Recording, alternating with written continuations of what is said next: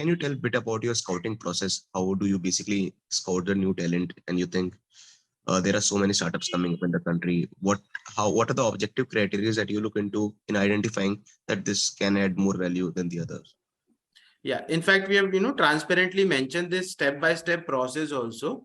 There are 25 steps that we have mentioned at our website. I'll quickly try to share that screen also so that, it gives a more visual idea. Just let me share my screen and then I will explain that as well. So one moment, I hope my screen is visible. So, yes, it is. We have explained the entire system of what is bootstrapping to why do startups raise funds, everything here.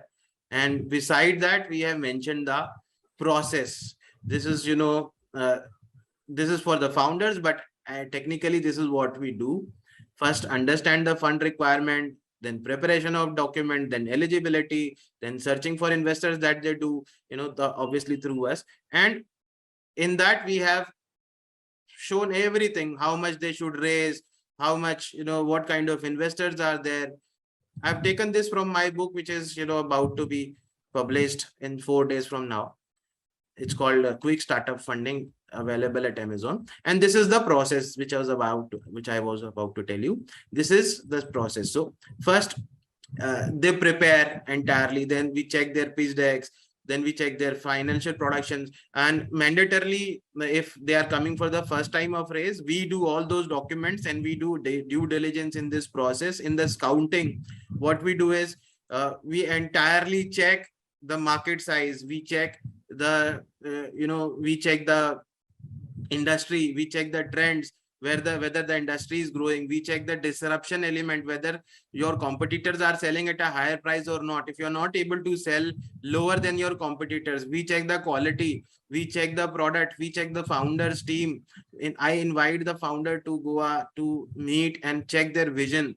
I understand how much they want to grow. And most importantly, the most important factor that we check is whether the startup can become unicorn in next 3 to 5 years or not.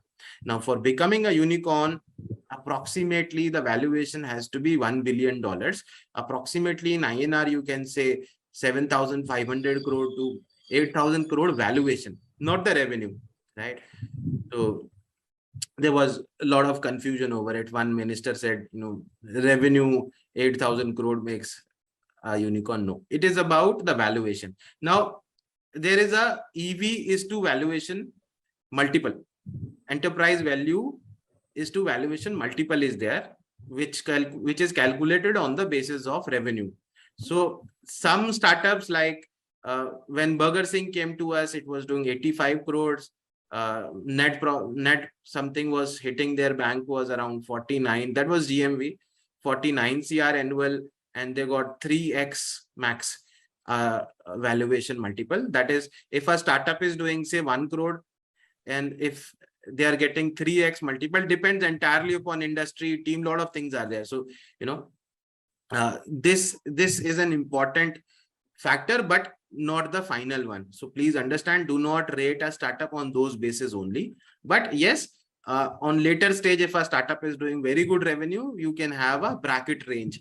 So according to that bracket range, we can check and we find out whether this startup will be able to do that kind of, suppose a startup has this 2x, very simple one. So that means in next 3 to 5 years, they have to generate a revenue of 4,000 crores. That is how their valuation will become 8,000 crores. Suppose the startup has 4x, that means they have to do a top line of 2,000 crores so that they can have a valuation of 8,000 crores. So we have to check mandatorily whether this startup will be able to become unicorn or not. And another thing that we check mandatorily, necessarily, is whether they will be able to raise funds in the next round at a higher valuation or not. Because if not, then our existing investors will be stuck, right? And they should get at least 4 to 5 opportunities of giving exit to their investors. That is the most important factor we have to check at StartupLanes. Because if investor is not, this is not like stock market where you have everyday opportunity to exit.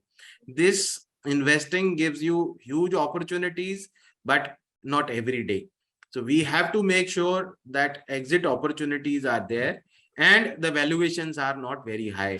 Imagine of a colony where plots are there. If there are 100 plots and one plot, every plot is selling for 300 square meter for say 1 crore. One plot is there which is selling 300 square meter for 2 crores. Then it will be really difficult to sell that plot, right? So we have to make sure everything comes into that particular range. If that is not coming into that range, then this will be difficult for the next round of funding. So we have to check the entire future. We do the planning of 3 to 5 years and find out how will we give exit to our investors, whether through IPO, SME IPO I'm talking about, or through venture capital, or through next round of angel funding. We have to make sure that the investors get exit, because if investors do not get exit, then definitely this entire process will stop. Investors should invest, they should make money, take out and invest into more startup using that money. That is how the entire ecosystem will keep on growing.